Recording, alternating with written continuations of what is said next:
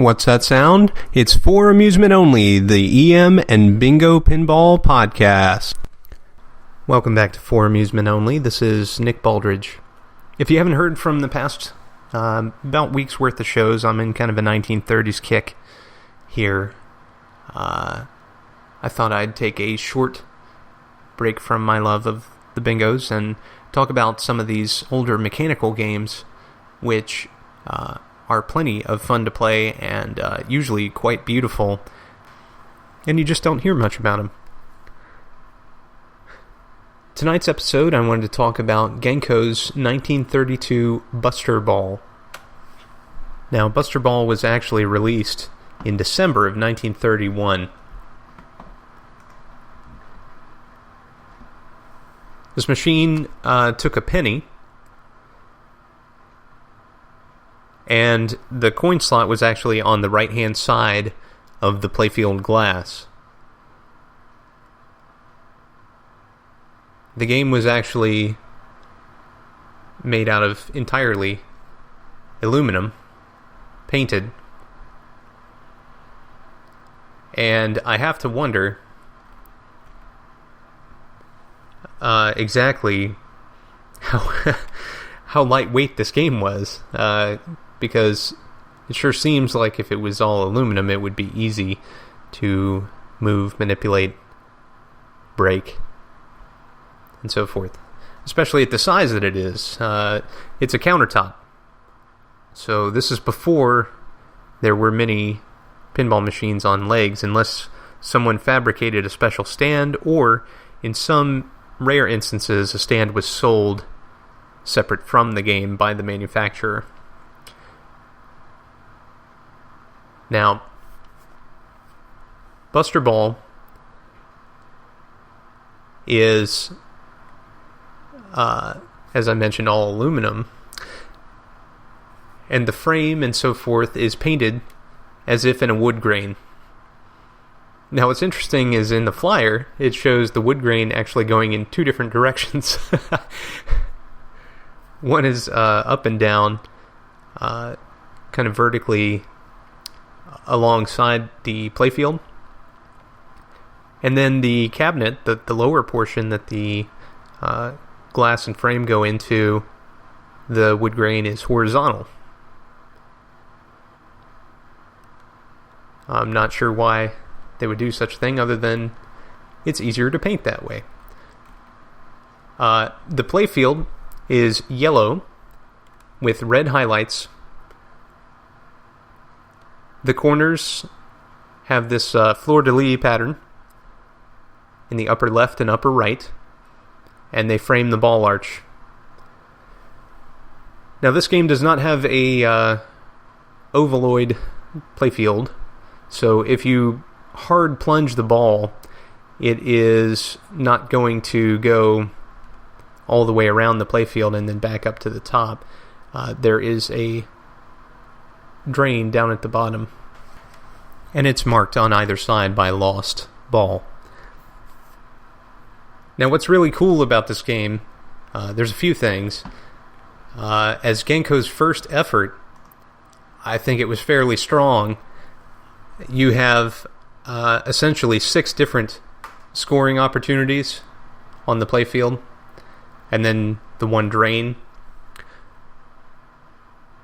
The scoring holes are flanked with a metal V, which help guide the ball into that particular hole.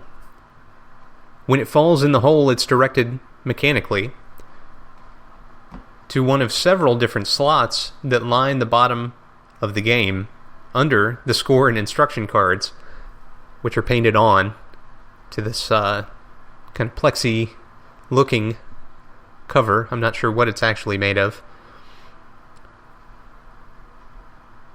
And they sit in this little channel until you start a new game, and then they're all dumped back into the trough.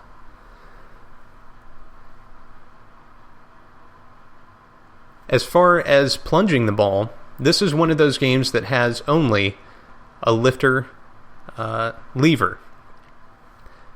And so that lever combines a function of both lifter, and shooter. So the instructions on the game note to insert the coin in your slot and then press the lever down and release slowly. How you do this determines how powerful the ball will be launched into the playfield. And from there, it's a nudger's game. Again, this game is early enough that there is no tilt mechanism whatsoever. And so, of course, you can really shake this thing around. Of course, going crazy may get you banned from playing the machine or even banned from the establishment. But it is fairly interesting to think about when you talk to pinball players who played these games long ago. Like my grandfather. He would talk about how he played pinball, and that was just to raise the machine up and then steer the ball manually when someone wasn't looking. That's one of my favorite stories of early pinball. Now, this game came with a little marquee, which was also red with yellow writing. It said Buster Ball. And I think that's very attractive. Again, as I say, I think it's a very strong first effort by Genco. And I'm sure sales of this machine informed much of what they did later on. It was most likely quite the hit. So let's talk about the flyer. This game has... it's one of the only flyers I've seen with an illuminated T. So it says the hit for 1932 Buster Ball.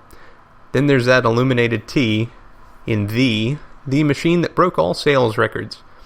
Imagine a penny machine earning $45 per week and only costing $13.50. So let's stop for a minute. $45 per week is 4,500 plays in 1 week. That's rather insane when you think about it. 4,500 plays. I bet that game would weigh 100 pounds. Easily when it was done. And filled with that many pennies. That is amazing to think about. But at the time, of course, pinball was a huge craze. So let's see how much they cost. It says that your first machine, your sample that you put out as a test, would be $13.50. If you buy 5 of them at once, the price drops to $12.50 a piece. $10, $12, $25 would be $11.50 a piece, and $50 would be $11. Buster Ball was made to accommodate many new games which are now being designed. Flashy, all metal, and simple. Operators, remember, the secret of the vending machine business is how much space can the storekeeper give you? How much trouble will the machine give the storekeeper? Order a sample machine and be convinced. Now, what's interesting here is that apparently they had planned for the playfields to be interchangeable. I have yet to go through their entire list of games and see just how far that was taken, but I think that was a good idea. I've always thought that was a good idea for games to have interchangeable playfields or parts. It certainly reduces the expense from an operator's perspective, and it's one of the things that is rather attractive about full throttle system. But I'm completely speaking out of hand here because I'm not an operator, and I have no idea how much things actually cost. So, yeah, there's that. But it makes logical sense to me to have that kind of system set up. So on these early Genco games, I'm sure that was appreciated, at least the thought. Now, as I say, this game is attractive. It's not overly so. There's no really special cabinet work or anything that really recommends it, but the coloration and design of the lettering is attractive, and the side glass coin drop is pretty cool. I'm also enamored with those combo lever shooter